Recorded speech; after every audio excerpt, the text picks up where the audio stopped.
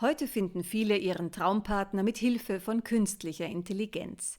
Kann KI oder diese Technologie auch in der Bauindustrie den besten Match finden? An der Automatisierung für die Wiederverwendung von Baumaterialien arbeitet Dr. Katrin de Wolf, Assistenzprofessorin für Circular Engineering for Architecture an der ETH Zürich. Birgit ist unser Kapitän und spricht mit Katrin, wie das am realen Beispiel des Centre Pompidou in Paris gelungen ist und warum die Verbindung zwischen Wissenschaft und Industrie der Schlüssel für eine zirkulär gebaute Umwelt ist. Wenn euch diese oder andere Folgen gefallen, dann sagt es bitte weiter. Ihr könnt uns auch unterstützen, indem ihr ein Patreon werdet, mit einem Beitrag eurer Wahl. Wie das funktioniert, erfährt ihr in unseren Shownotes. Und nun viel Vergnügen bei der nächsten Folge, diesmal in englischer Sprache. Hello and welcome to CAP podcast, Katrin de Wolf. Hi, thank you for interviewing me. You are Assistant Professor of Circular Engineering for Architecture at ETH, right? We are not in your office. We have a very nice podcast room here. The audio quality will be perfect. Katrin, to explain what are you doing? You know, we have listeners who are not involved in this topic, circular engineering for architecture, and I think it would be nice to hear from you. What is it exactly? Sure. So it's not about constructing round buildings, because sometimes when you say circular architecture, people think it's literally circular, but it's more about applying principles of a circular economy. So that means that instead of extracting raw materials and producing building materials and using them and then disposing them at the end of life of a building, we actually try to reuse buildings and reuse building materials as much as possible. So we close the loops. We try to use also lower carbon materials, regenerative materials, reused materials. And so I work a lot on the components and the materials that we build our buildings with. So I'm looking more at what we call the embodied life cycle stages. So it's not the use of the building itself, but the construction of the building, the maintenance of the building, and then the demolition or the reuse of the building. Sounds a bit complicated. You are talking a lot of materials. Where do you find these materials? So we are trying to look at the city as a mine instead of the earth as a mine. So instead of extracting materials from the earth, we are looking at what is already in the building stock of the city. And so we're looking at all of these buildings that are being demolished. May I ask you something? How do you do this?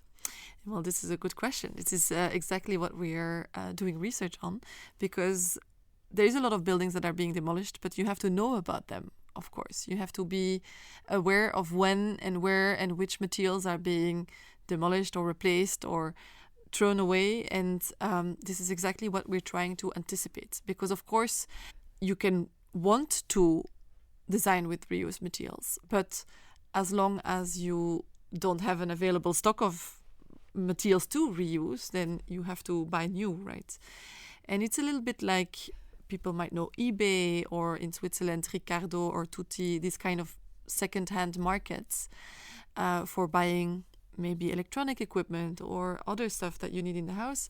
And so we try to do something similar, but for building materials, where anyone who has material available for reuse, because you actually need to get rid of them, because you're throwing them away, because you're renovating, because you're building something new, you can then connect these materials that are available for reuse with someone who wants to reuse them in another project. And so it's really connecting the end of life of one building with the start of life of another. And this really needs to have enough volume of material to work. And so we are trying to map it for an entire city. So, for example, we are also using Google Street View images. So this is the work of my PhD student, Deepika Raghu, who is working a lot on machine learning and computer vision algorithms that can detect, based on Google Street View imagery, for example, or from drone imagery or from social media images, what materials are currently in our building stock.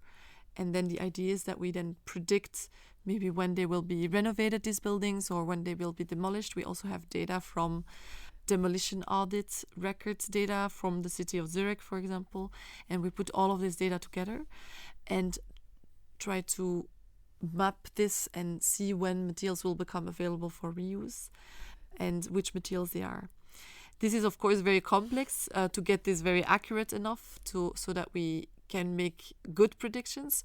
We then also work on the building scale itself, where we use scanning equipment like LiDAR scanning, which is using lasers to have more accurate information. So you literally have to go there. If you say, okay, we are working with Google Map or Google View, then you have to go there with the scanner, or how does this work? So there's two different layers that we work on. We work on the urban scale, and this is more the machine learning work, for example, the Google Street View images, because then we have an idea about the whole city at once, right? We have a lot of data of the city. But then, of course, we need to also see whether it's accurate, what we can predict with archival data, with GIS data, which is Geographical Information System data, which is mapping on a city scale, what data we have on buildings, for example, the date that it was constructed. It can help you also predict which materials were being used, because certain periods of constructions were using a lot of timber, others were using a lot of concrete. So it gives you a lot of information already. But then, of course, to measure whether it's accurate, we also have to go and test out some of these buildings, and we cannot test out all of the buildings in the whole city. So we pick some of them, and then we go and take photographs of the building in more detail. And then we use what is called photogrammetry, which then forms a point cloud out of the photos. And there's some software that helps you do that. Could interested people knock on your door and say, okay, I'm interested, come and do sort of a passport of my house? We are not a consultancy service, of course. So people could knock on our door and say, we have data available for you. And would it be interesting for you to do a case study about this? And this could be a win-win situation where they want to have a material passport with all of the data on their building. And we can use that then to test our tracking and tracing devices that we develop, or to test out whether what we had predicted about this neighborhood with the Google Street View would then make sense when we actually go measure. So we do actually have a lot of people who come with projects to us, and then we select the ones that we think are interesting. It has to match also our timeline of our research or our teaching. So, for example, every year I go with my students and I disassemble an entire building, and then I make them design something new with this building, materials that we disassembled and reclaimed, and then we design something new and we construct a new structure with these building materials. You literally do this? We actually do this, yeah, like with the Craftsmanship. students. Exactly, yeah. So And it's where is really it? so it depends every year. So the first year we had a building in Geneva. It just happened that I am French speaking and I did my postdoc at EPFL, so I had a big network there before arriving at Zurich. So the first year it was just easier because I had more people than I knew from the French speaking part. So we went to Geneva and we disassembled a building together with Materium. So we always choose buildings that are set for demolition, that are gonna go to waste otherwise, and then we try to save as much material as possible with the students. And then we build a structure with this materials. The second year I was more established in Zurich, so then I heard about a clinic in Zurich, close to Zurich. It was a mental health clinic that had a music pavilion that they were demolishing because they needed more residential spaces. So there was a music therapy room, and the clinic was expanding and they needed more residential spaces, so they were getting rid of this music pavilion. And we heard about it through Salza, who is also one of the reuse actors in Switzerland, and through Use Again, also one of the reuse actors that we work with. One of my team members is actually one of the leading people in Use Again. I have some people who are working part-time in research with me and then part-time in industry with companies like Use Again. And so this also helps us find places. There is also one year where we disassembled the Huber pavilions here on campus. We needed to make space. So the Huber pavilions are... what happened with the music pavilion then? The music pavilion, yeah, we disassembled the structure. Part of the materials were sent to Ukraine for rebuilding houses. This is together with Anna Boozer, who is one of our team members and who is the one who is also working with Use Again. She started the initiative with a few other collaborators on rebuilding Ukraine. It's called Rewin because it started with windows that they were sending to Ukraine, because the first thing that gets shattered when you have explosions and war, it's the windows. And so they really need to close the windows as fast as possible, and we are throwing a lot of windows away in Switzerland because they're not so the triple glass is thrown away. Yeah, so it gets thrown away because it's not triple glazing, and now we have the super high performance norms here, but it's actually pretty good windows that we're throwing away. And so she was organizing the transport to Ukraine, and so when we were doing the music pavilion, we actually had Ukrainian refugees that also came with us on the construction side, and that helped us understand which materials would be useful to send to Ukraine. And so that was one part of the building. Then another part of the building was being reused for the class, where we build a dome with the students. So they also tested computational design algorithms to design a dome with available materials that we reclaimed. And this was based on work that I did together with MIT. Caitlin Muller's, so Caitlin Muller's group and my group collaborated on a paper where we looked at how to take a reclaimed stock of materials and what optimization algorithms already existed and how we could improve them for doing this dome. And then I thought it would be fun to actually do it in real life and test the challenges on site, because a lot of my work is also about all of the logistical supply chain and value chain of circular construction, and why are we not doing it today? Because it's, when you think about it, it's so common sense. We have waste that we pay for, and then we have new materials that we also pay for. Why don't we just, use the waste as resources and turn waste into wealth? But we're not doing it, of course. So I'm trying to figure out why are we not doing it and what can we do to change that. And I think also as a teacher, not just as a researcher, but also as a teacher, it's quite important to teach lessons to the students that they will never forget. And I think when you just teach in a book about circular economy, I also wrote a book together with Sultan Setin and Nancy Bokken, and many authors contributed to the book about circular construction. And this is also a book that I make mandatory reading for my students, but I think we will write it in our show notes. Nice. Yeah, it's called A Circular Built Environment in the Digital Age. And it's published by Springer, and it's been downloaded already like more than 80,000 times. Congratulations. Thank you, which really. I thank you. I was very surprised that there was so much interest. Also happy that a lot of people are clearly in demand of this kind of topics.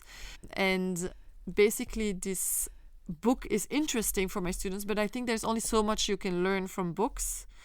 And today they're overwhelmed with information and so on. So I'm not sure how much they can remember from it after their studies. I don't know how much people in general remember. I studied a lot in books, and I did well in exams. Otherwise, I wouldn't have been a professor, I guess. But I'm not sure how much I still would be able to say today from the exams that I had. So what I thought is, if we disassemble an entire building with students, make them design, use the algorithms that we developed, do the LiDAR scanning, understand the point clouds, do the whole mapping, create material passports, then try to sell the materials on the market through Use Again, for example.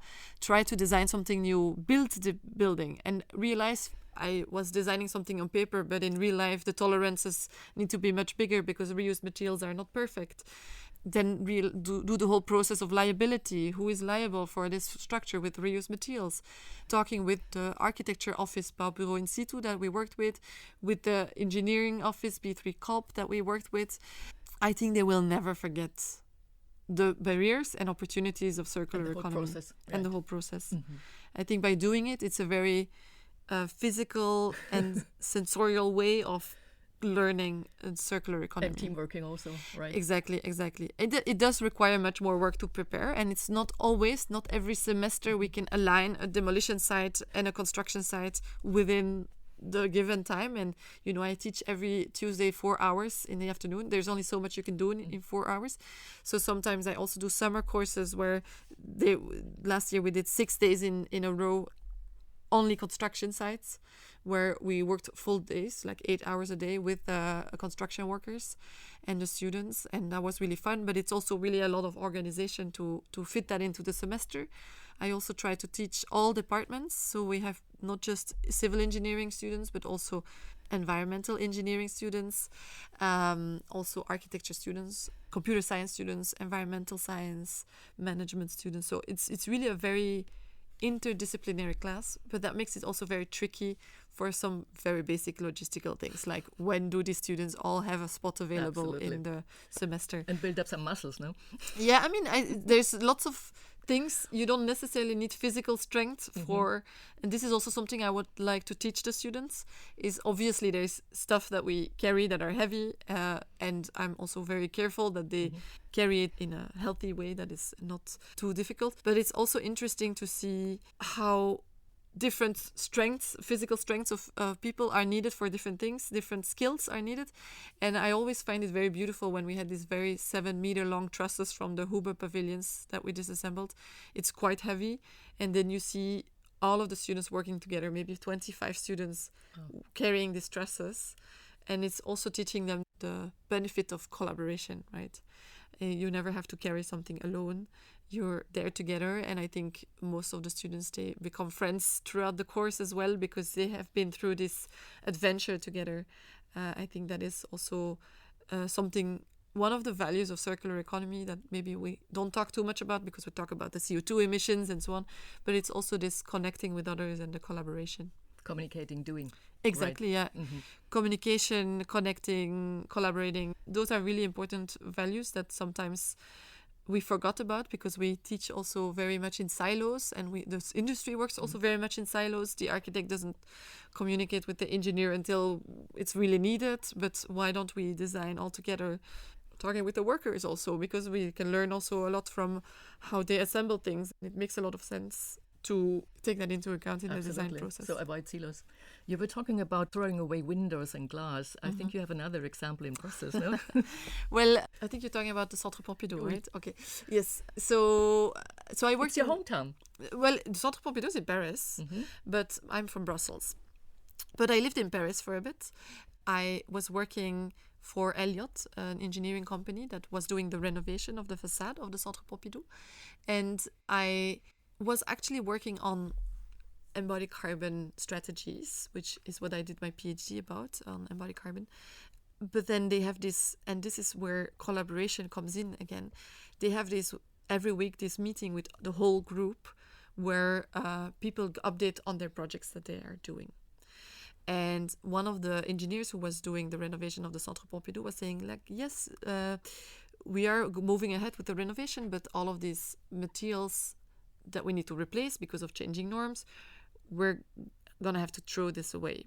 And they had written a book about it. Raphaël Ménard, who was at Elliott at the time, who is now working at AREP, wrote a book about the potential reuse of the glass from the Centre Pompidou, which is also one of the reasons that I was interested in this office and working with them. And then I thought, I'll do research on circular economy. Why don't I make this reuse happen? Because it cannot be that just because of lack of time, or because the planning is like this in construction. Is always a question of aligning the plannings. We're going to throw away this iconic glass, right? So we collectively called a lot of people that we know in our network that could potentially be interested in buying this glass again. And we found this young designer firm called Maximum Architecture. So They're from where? They're from Paris. So they were industrial designers who created Maximum, which was a company that did furniture with industrial waste, which is, for example, the chairs that you saw in my office are... Very nice. I take some pictures. Nice. Put it on the show notes. So these were leftover chairs that they make from a series of chairs with industrial waste. And then they just started their architecture firm called Maximum Architecture, because they had this client who wanted to do walls, transparent walls, into the hall of, I think it was their office. And they wanted curved walls so that they could create a flow, and they wanted it to be transparent so that you could see, but that you could still have like enclosed meeting rooms and seating areas and so on. Reminds me of the Vita campus. Yeah, the wall. Similarly, yeah, exactly. Okay, yeah. And so they were looking for glass, and they went to Maximum, I guess, because they wanted to do reused materials, because that's what they're known for. They're known for industrial waste, but then for architectural materials, you have to go beyond industrial waste because you need more materials. So they also went for construction and demolition waste. And then I got in touch with them through one of my colleagues at Elliott, and this curved glass from the escalators and the hallways of the Centre Pompidou, it's really hard to find a new use for it because it's so specific. It's curved, it's big pieces, heavy pieces. We couldn't use them anymore as roofs because that was the reason why we are changing them. The norms changed from the type of glass you can use in the roof. And we couldn't use them as facades anymore because from the 70s till now performance of facades require double, triple glazing. It's a different performance norm. But as partitioning walls, they were perfect. We just turn them upside down and use them. It's a bit hard to do that on audio, but you will have to share the images showing the curved partitioning walls that it's turned into. So it was like a perfect match. And I remember Romain de la Bigne, who is the designer from Maximum Architecture that I was interacting with, he said it very nicely. He said, this project, all of the stars were aligned, he said, because the Centre Pompidou was being renovated at the same time as their client wanting such curved walls, and it was a perfect match, perfect timing as well. They really needed it at the same time. But this rarely happens, of course. It's rarely at the exact right time, at the exact right dimension and type of material, and also in the same city. It was both in Paris.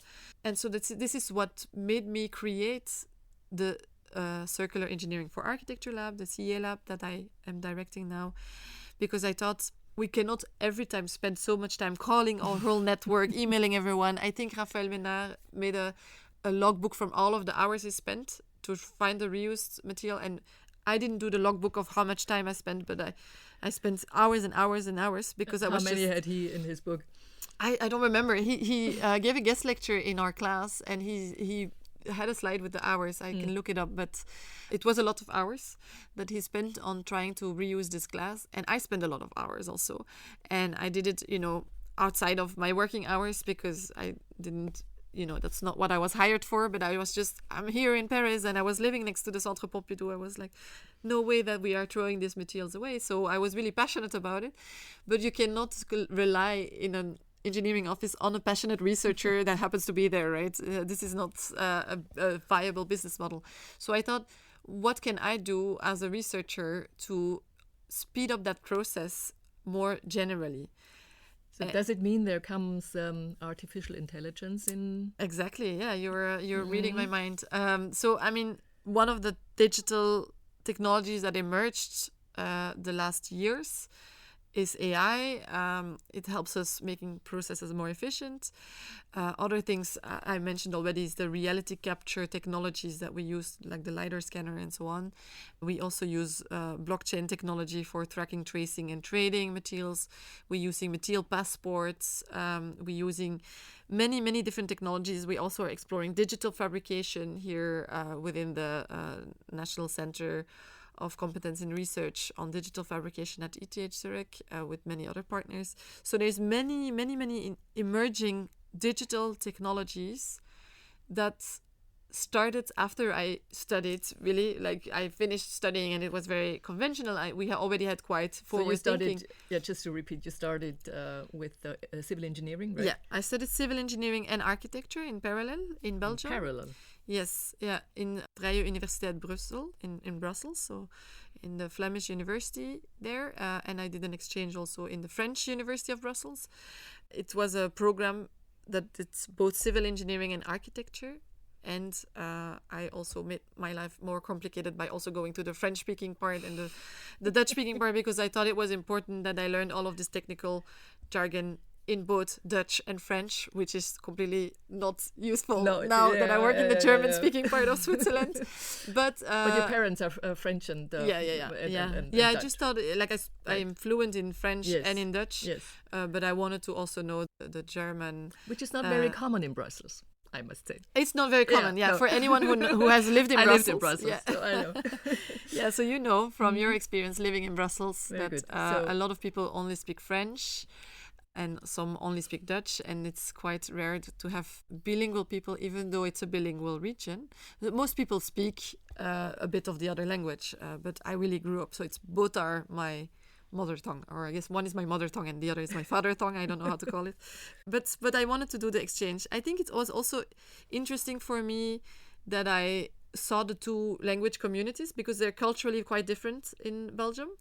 And I'm really part of both. And I wanted to do this exchange. I wanted to see what the French community also had to offer. And the education is actually quite different. So I learned really a lot from both universities. Now they actually, since I left, they merged the two in what they call BRUFES. It's the Brussels Faculty of Engineering, I think. Really? So I think only a few of us had done the dual degree between the two universities, and now everyone has the dual degree, so it's not so special anymore. But I think it's really great that we foster more collaboration between different communities. It did mean that I couldn't do an Erasmus, the European traveling program, because I already used up my Erasmus credits for going to the Erasmus Belgica in Belgium. And so then I was quite frustrated that I never had this traveling experience, which is why I then went to Boston and did my PhD at MIT. And I was like, okay, I need to get out of Belgium at some point to get the traveling experience.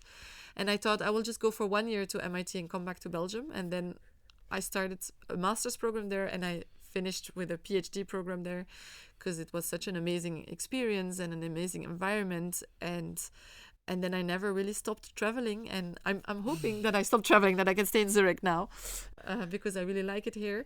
I liked all of the places that I lived in, but I think it's really important as an academic to travel, because there's so many things that you can learn in books, of course, but there's also a lot of things that you learn by living in another culture, living in another university environment. Also, there's different. MIT is very different than the VUB or the ULB that I was studying in, and each of them brought something different to me. And then I studied also at the University of Cambridge and also at EPFL. I also worked at TU Delft before joining ETH Zurich. So each single university really brought me so much more that I cannot describe in words. That is more about ways of doing things, like ways of in America they're very good at telling a story, for example. This I didn't know before. Or in Delft they're very good at circularity, because the government of the Netherlands also pushes circularity quite a lot. So there's so many things that I learned that I wouldn't have learned if I would have stayed my whole life in Belgium. So I would really encourage, and I also encourage my team members to travel. So one of my team members just came back last week from Stanford. She spent 6 months there on an exchange. Another of my PhD students went to Spain also for an exchange. So I really encourage this mobility in academia. I think it's really important. So you were talking about, traditional education, and then or the AI came Yes, into sorry, the I didn't. era. No. Yes. So all of these emerging digital technologies, they started. When? I don't know exactly. Like, I cannot pinpoint a date, but I remember that when I was studying, which was in the early 2000s, I think, we weren't taught AI. I was taught how to code. I was taught like some finite element analysis kind of technologies and so on. I learned to do some basic coding to build websites and stuff like that, and but not AI in the way that we teach it today. I remember when I did my PhD at MIT, it was something that they were really doing a lot at MIT already. So they were advanced? They were, right? I'm not sure if they were advanced or it was just at that time in my life it started to being a topic, right? So this is always difficult to say. It's always difficult to compare countries and institutions when you've been a student in one and a professor in the other. That's not the same perspective, of course. And you've not been at the same time there. But for sure, of course, MIT is advanced in anything technological, of course. So there I learned a lot about AI as well, and started to be something, it was something like that was new and that was exciting, and we didn't know yet what it was going to be applied for. And then when I had this experience in practice with the Centre Pompidou and the glass and the reuse and all of the phone calls and the emails and all of the time, and I was like, this is so inefficient. I'm sure we can automate that process somehow. And that's where I thought, this is really a great application for all of the fancy technologies that I learned at MIT, because it gives a purpose. And that is really the core of my lab now. Is the technologies are a tool. They're not the purpose. The purpose is circularity and making something better for society and for the environment. We do this through construction because that's obviously my passion. I'm an architect and an engineer, and I love the construction sector. I think it's important because we are polluting a lot as actors of the construction sector. And it's also not like we can do without buildings. We need buildings to live and work in. And we need decent housing for everyone. And so, but we need to do that in a way that we don't impact the environment the way that we do it today. Absolutely. We can learn a lot of history also, no? Exactly, yeah. So a lot of the historical ways that we were building is actually inherently circular. So can you give an example? Well, for example, the stones from the Colosseum in Rome can be found in different palaces or hospitals in Rome, because when I believe there is an earthquake that destroyed part of it, and all of these stones were then reused in other ways of building. We used to do this all the time. This is like a famous example, of course, but we forgot about it. We forgot about it, yeah. We forgot about it about 100 years ago, more or less, when fossil fuels made it's very easy to extract raw materials and transport it across the globe. But before that, we used to say, like, okay, we need to build something here, like, let's say, a church. We used to build a lot of churches in Europe. And where do we find materials? Locally, okay, because it was expensive to transport materials. It was expensive to extract it. So if there was a Colosseum that was, in some kind of ruin, then of course you use that, right? This is common sense. Except today, we have, of course, a fast growing population. We have a lot of needs that need to be fast, and the rental prices are really high. So there's a lot of pressure financially also on this renewal of buildings. So we need to just be faster. We cannot just afford to be looking around the city, see who has material available, and then wait for it to become available. So we need to make this process faster. And this is where big data and AI can really help, because it's when you have all of this data, you can connect it easily, and it learns from itself, right? And so this is machine learning then? For example, right. Machine learning, yeah, exactly. And so these are things that weren't possible before. On the one hand, we did circular construction before, but we cannot afford to do it the same way as before. We cannot go back to prehistorical ways of living. We cannot go back to the comforts that we had then. That's just not enough for our standard today. So we need to rebuild, renovate, and build new as well, because we have just more needs with population growth and urbanization. Also, a lot of people are moving to the cities, so we just need to renovate also for energy norms also getting more stricter. We also need to make sure our houses are well insulated and so on. So, but we have all of these materials that we then throw away. This is like a bit of a paradox. So the main reason why we're not reusing these materials is because we don't know they are there, or we don't know their condition, or we don't know exactly the size. So if we solve that lack of information, then we can really save a lot of emissions and resource depletion and waste generation. That's what we do. So, anyone building a house should then have already published the passport of the house, Ideally, I think that's what we are going towards. I mean, I know Is society open for that? Probably yes or no? I think they are, in the sense that there's also incentives to do it. So on the one hand, you have the European Commission is doing a lot of new proposals for regulation, and they are very interested in digital product passports. If you just look at how many grant proposals that have been written out about that, it's also quite clear that is something that they're interested in. They're interested in the circular economy.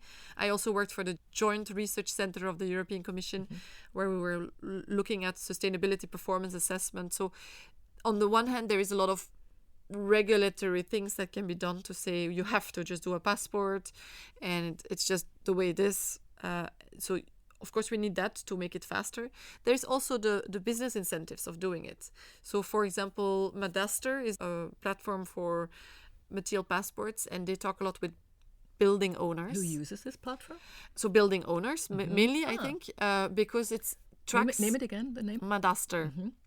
So they're from the Netherlands, but they're expanding quite a lot. They are also here in Switzerland. But they're one example of these material passport platforms. And their business model is also telling the owner, if you're building a building, it's not only just the money that you make from the rent of the building. It's also the building itself, right? But it's not just the speculation of like when I sell the building again, it has the market value has gone up and so on. But it's also or down. We never know. And but there's also something about the value of the materials that go into your buildings. So if you renovate your building because you want ask for a higher rent, and you throw away the old materials and you put new materials in there, instead of paying for the waste, why don't you sell the materials? And you can trade the old materials. Exactly, you can trade the materials. And for this you need a platform. You need a platform, and you need also a passport that gives an idea to the building owner what materials are in my buildings and how much are they worth at this time. And for example, when COVID hit, there was a lot of disruptions in the supply chains, and the price of, for example, wood went up quite crazily. And at that time, saying like, I'm renovating my house and I'm taking away these wooden beams to make some extensions, for example, and realizing how much money you can make from that, because suddenly the new wood is so much more expensive. And I think this is where I saw also a rise in interest in my research right at that time, because suddenly people started to see, there's not only the environmental reasons to do circular economy, but also economical reasons, because local material that is already in our building stock doesn't cost us anything. Right. Whereas the supply chain that is disrupted makes it so much more expensive to import materials from elsewhere. We're dependent on different economies. And the time you lose, the delays and so on. Exactly. This is a lot of money, whereas there the material is there. You know what it is worth. But then you need a material passport that tracks what the material has been through, what it is, so that you don't have to do all of these investigations every time again and again to understand what material you have. Very clever. So a platform to find the right match. Exactly, yeah. Like a bit all these platforms for the right match. Exactly, like a dating app. Yeah, so we always we call our research project tentatively Tinder for reuse, but I'm not sure if we want to associate our matchmaking platform with Tinder necessarily, but it's the most famous, I guess, in people's minds. But it's a matchmaking service, right. Like you would go on a date and you swipe and you see some, the algorithms also match you with the right person. It's a little bit different than the dating app algorithms, because there usually you try to match with one other person. Is it easier? And hopefully it's going to be easier. I don't have personal experience with dating apps, but I see that it also leads to a lot of frustration, that it's not so easy to find it through a dating app it's as difficult as in real life, I would say. But for us, it's a bit different, because it's not just the end of life and the start of life and we connect it, because there's so many actors that work on it. You need someone, the building owner that wants to get rid of the waste. You need another building owner that wants to design with reused materials. Then you need the architect who is going to do the design. You need the engineer who's going to approve of the material quality and the stability and so on. You need also an engineer that is working on the facade performance and so on. You need also the contractor who is going to actually disassemble it, because it's not the same as just demolishing, because you want the materials to stay intact. You need the facilities where you store the materials. Sometimes you have to remanufacture or reprocess them. You need someone who actually transports the materials, and you need someone who certifies the building again with the reused materials. You need to change building codes. So there's also governmental institutions involved. So there's many stakeholders in this whole industry that need to agree for it to happen. That's why we were saying the stars were aligned with the Centre Pompidou, because it was not just me, but it was Elliot, it was the Verimetal who was the contractor, it was Raphaël Ménard who did also the work on building awareness around it. It was Maximum Architecture, also their transport people, the purposing people who rework the glass and so on, the owner of the new design project, the government, because Centre Pompidou is a public building, so it's not like you can just give away materials, right? So many things were aligned for this project, and to help with this alignment, this dating app of all of these people is quite important. So it's not a one-on-one match, but it's a many-to-many match. It's interesting. You start off with 2 or 3, and then all the others get inspired. Yeah. Yeah, I think so. I think this is what most of my experience with circular buildings or buildings that apply circular economy principles, because a building is never 100% circular or not circular. There's always a bit. There's a nuance there, but. Every time that something was successful in the end, it's because everyone agreed that it was important to do the circular thing. And it's really hard to get a project done when one of the stakeholders doesn't care about it. So you really need everyone to be aligned, because it's so much easier to do whatever we have been doing for the last 100 years. Linear supply chain. This is how we do things. We don't question it. And we question it. And it's easier to work with other people who are also questioning it, and that's why we surround ourselves also with these forward-thinking offices like Baubureau in situ and so on, that are forward-thinking in reusing building materials and building a better world. Mm-hmm. Going back to this platform the Dutch people do, is this the only one? Or can we use it already? Or? Yeah, well, so there's many platforms that already exist. So I mentioned Salsa and Materium earlier. They already do some kind of matchmaking in Switzerland. Mm-hmm. If you go look on Circla, which is the Reuse Association of Switzerland, you will find already many platforms. In France, we worked also with Cycle Up. There's many other platforms. Yeah, but, right. So is it possible for house owners to put data onto this or what? So this is a problem with the current scene of platforms, is that each platform has like a very different business model. Each of them has like a bit of a niche of the market. So one is, for example, building owners can just put it on a platform, but then it's up to you to go and find the workers that can actually disassemble it. Some of them have already disassembled it, and all of the materials are in a storage space, and you can come and shop like you would in a Brico shop or I don't know. Brico, that's very Belgian. What would that be? Jumbo? Do it yourself. Do it yourself something. Yeah, a do it yourself shop. Yeah, sorry.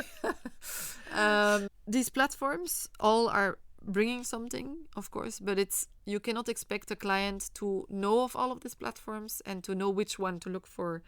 And so, for example, I wanted to design something very simple like a door as a table. I wanted to use that, and I was looking on each of these platforms, and I was like, how can I not just type into one thing a door, and then it shows me all of these different platforms.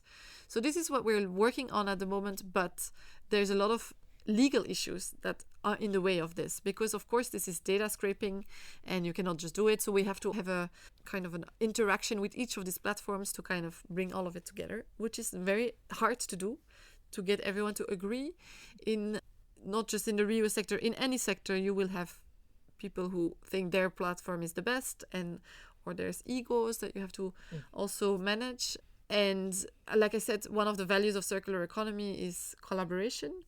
And I think most of them, on some level, they want to collaborate. But of course, they have a business to run, right? They need to be viable as well.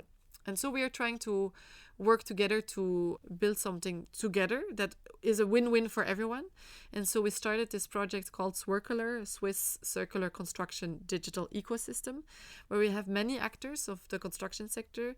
We have like big players, Dresden Sommer or Herzog and de Meuron, Halter, and so on. So many big companies in construction and in architecture and in building ownership. And we also have AXA, for example, because of the insurance question as well. And we all bring them together in a big 5-year project that just started this year. Does it have a name? the So project? the project is called Circular, Okay. which is hard to pronounce. But it's led by, so our lab is leading it. So Arabelle de Saussure is the project manager. She's part of my team. And we are working with different labs. So at ETH, but also ZHAW or Berner Fachhochschule and other research labs. And then we're working with, I think it's 24 what we call implementation partners. So these are industry partners that then also contribute to the research, and we work very closely with them so that we make something applicable that is useful for everyone. And I think it's important to get everyone on board for this matchmaking service, so that we're not just reinventing the wheel. We're not going to make another platform that is going to be another niche. We want everyone to come together and exchange information. Challenging 5 years, I think. Yeah, I think it's a nice challenge. I like challenges. Otherwise, I wouldn't be a researcher, because this is what our job is made of. I like research questions, and then it's our job to try to answer these research questions. And one of them is really, how do we bring people together, exchanging the data that we need to do all of this, for example, machine learning algorithms that we talked about earlier. I wish you a lot of luck, you and your team. And thank you very much. We will talk in 5 years. Yeah, let's see in 5 years where we got. And I mean, we have some deliverables that we have to deliver. So I'm sure we will learn a lot. And I'm hoping that we will advance the field. This is really our aim. Thank you so much for these very valuable inside views, Catherine. Another question. In summer, the Olympic Games in Paris are going to take place. I heard an interview. You said, it would be a nice idea to have these stadiums, not always newly constructed, but you have other ways. I mean, during my time in Lausanne, I did interact with the International Olympic Committee that is in Lausanne. And we did a workshop about this issue of building stadiums all the time. I did some research at MIT on the embodied carbon impact of stadiums generally, not just the Olympic ones, but also the World Cup stadiums that are built, for these events. And then afterwards, we don't necessarily need such a big stadium in these cities. And an example is the London Olympic Stadium, where they disassembled part of the stadium after the Olympic Games. And they also worked with reused materials to build the stadium. They also used lower carbon concrete than what we would usually use. So the impact was quite low compared to the usual stadiums that we have. And this, I think, was a nice show to say that when you, from the design stage, put as an objective that it's important to have a sustainable design, then it actually matters a lot. Like, the designers were able to reduce significantly the impact. Of course, we could also think about reusing the stadiums and making the materials travel from one city to the next. There's a lot of logistical challenges to solve to do that. So you can imagine that this will not be the case for the Paris Olympic Games, because we would need to completely change the way we organize the Olympic Games. But it's something that we are talking about. I know for the Olympic Games that there are a lot of reuse actors in France that are already involved in the design somehow. I've worked a little bit in collaboration with Bella Stock, also, who is a initiative on reuse also in Paris, that we're working on the site of the Olympic Games. I don't know exactly how much it's evolved into the design, but there are things happening. But of course, everything is quite slow in construction, because things that we do now have been planned 5-10 years ago. So the innovation that we are doing now in the lab is going to be in the construction sites many years from now, because the planning of buildings have long lifespans, cost a lot of money, so this needs to be planned quite ahead. But I'm hoping that that we will see some nice, interesting concepts coming up for Olympic Games. I know one of my colleagues, architects in Belgium, I think Vincent Callebaut, I think is his name, was proposing floating Olympic Games that just, are ships. It was, of course, a conceptual idea, but I think we can learn from these ideas of rethinking these games. I think it's nice to go to different cities, bring people together again around sports, but of course we need to think about the environmental impact of these things, and reusing infrastructure, reusing materials, maybe some kind of traveling materials. We would have to do a whole life cycle assessment to see whether we're actually saving emissions by doing that. Great idea. If our listeners want to dive into this topic, do you have a website? Yeah, I mean, you can also just Google my name, Catherine de Wolf. I have a website, www.catherinedewolf.com. We have also the website of our lab, which is cea.eb.bauch, so BAUG.ETH, but that's a very complicated one to remember, so I will just send you the link. Right. And what other websites? We also have the Library of Reuse, so that's library-of-reuse.ch. And there we share books, films, and podcasts that we make about reuse. We just launched it, and we're in the podcast rooms where a lot of podcasts have been recorded, where I or my team members have interviewed really renowned guests that came in our classroom at ETH and that we had a conversation with, and they're really amazing conversations with these inspiring people, and this has been edited by Jennifer Bartmes from my team.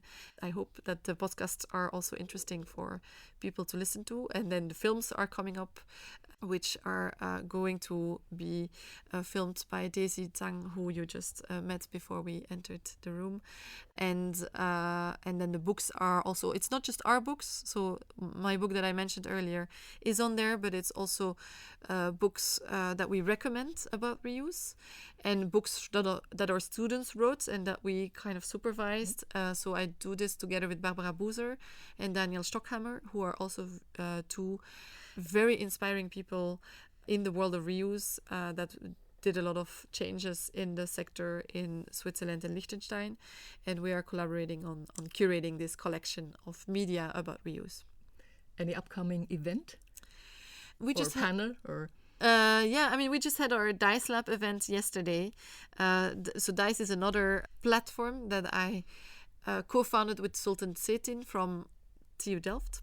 It's called Digital Circular Economy Lab, DICE Lab, and we are doing webinars and in-person events about digital stuff that matter for circular economy, not just in the construction sector, but in general. And we have in-person meetings. Now we had one in Delft and one in Zurich yesterday. For example, Walter Stahel, who is really a really big name in circular economy in general, was coming to give a talk and giving exchanges, and we had a panel discussion. We had Siddharth Hande. He's doing digital technologies that help us track and trace the waste from the waste pickers.